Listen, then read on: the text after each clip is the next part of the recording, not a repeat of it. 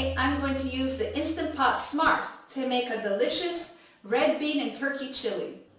Alright, one of the first things we're going to need to do is preheat the pressure cooker. So we just hit the saute button.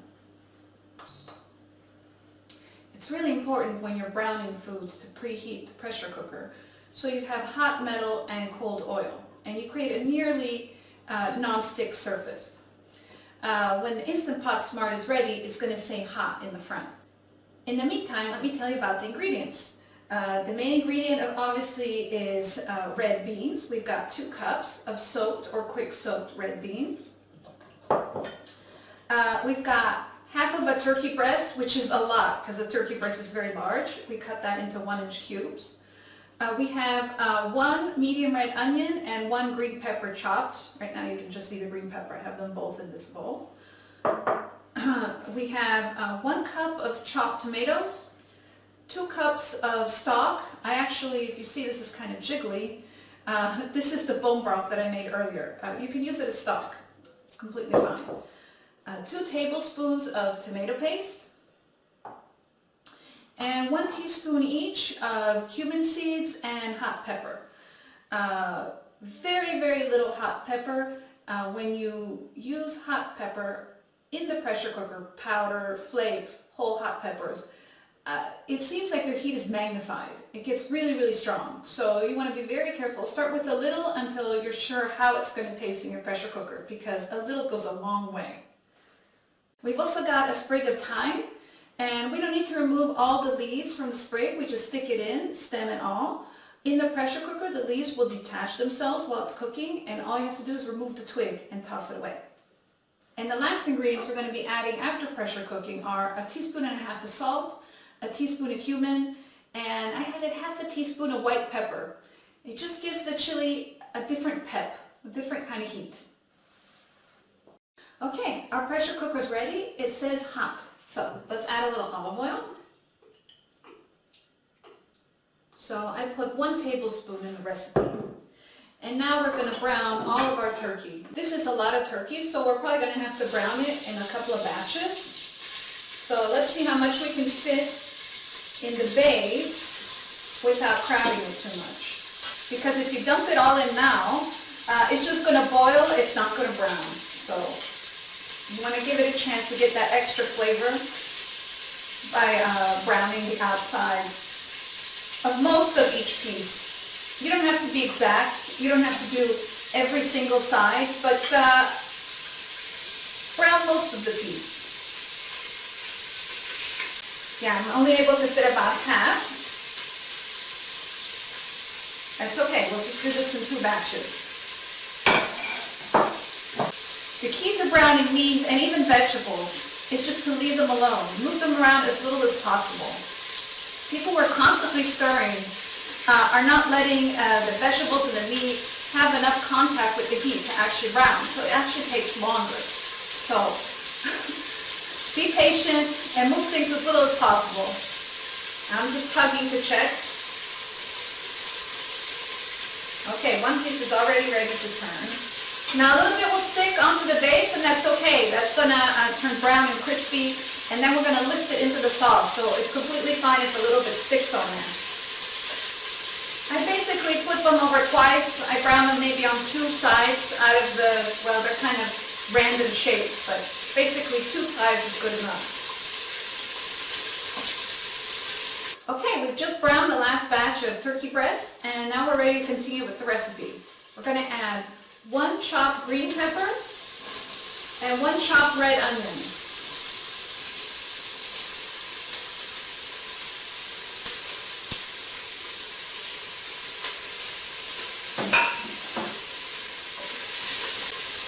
Again, you don't want to stir things around too much. Once you got the pepper and onion in there, just put it in a flat layer and leave it alone. And then once in a while, about once every minute or so, come and give it a stir. The goal here is to soften the onion. When the onion is softened, we can add the other ingredients. One of the things you'll notice as the vegetables are starting to saute is that they're going to release their liquid, and their liquid is going to lift up some of that brown bits from the turkey. This is flavor. You want this. Now you add the hot pepper and the cumin seeds.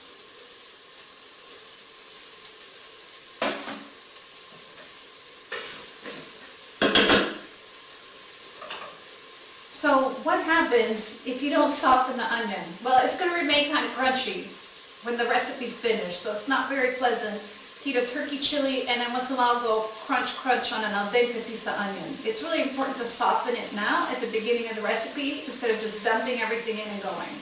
It's really going to add to the flavor because you're lifting up those brown bits from the turkey with the liquid from the onion and the pepper. But it's also going to make a better overall product at the end. So take the time, do this step. It's totally worth it. Okay, our veggies are ready. Now we're going to add our jiggly stock. Don't worry, the heat of the pressure cooker is going to turn this back into a liquid. So 2 cups of homemade jiggly stock.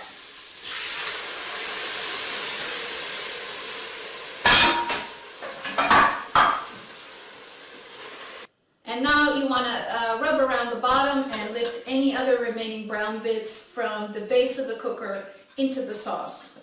And here's our stock, it's liquid now. Okay. So now we add the rest of our ingredients. 1 cup of chopped tomatoes, 2 cups of dry red kidney beans, soaked or quick soaked,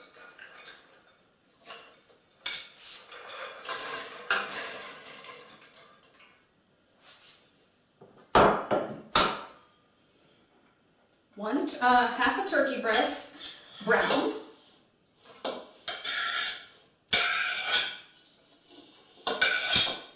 throw that in there along with any liquid that the turkey breast has released while it's been waiting to go back in the pressure cooker.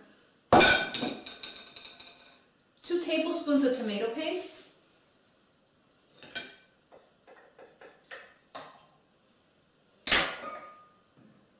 and 1 thyme sprig. Mix everything together.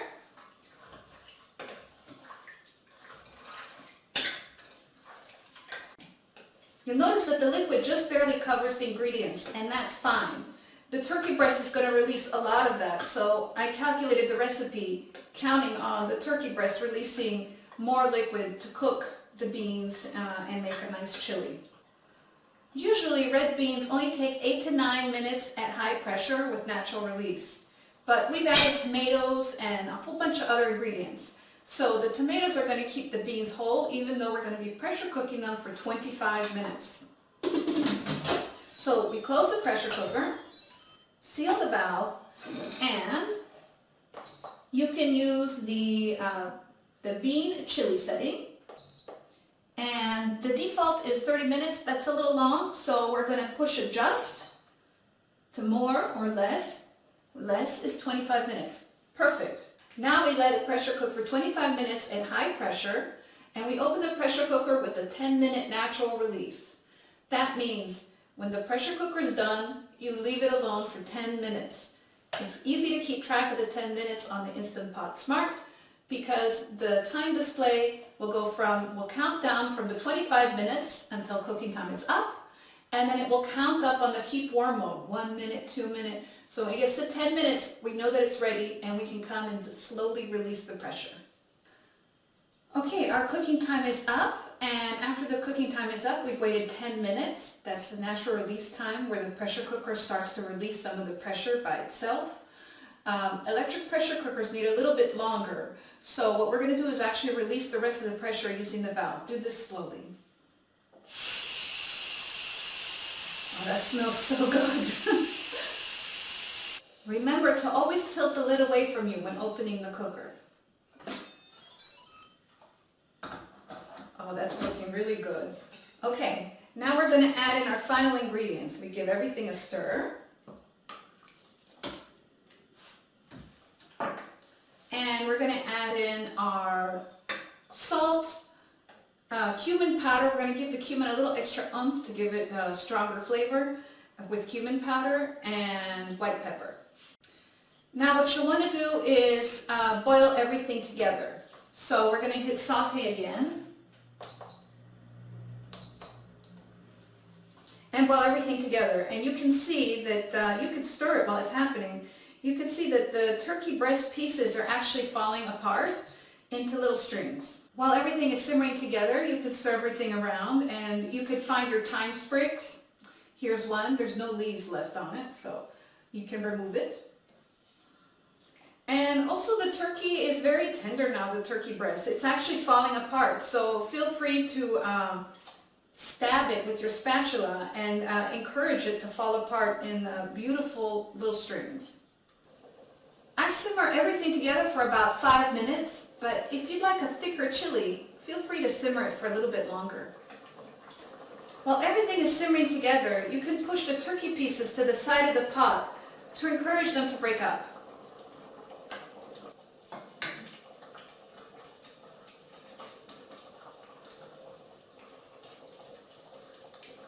Okay, now it's time to dress this up and serve. Download the free recipe script at hippressurecooking.com/smartcooker.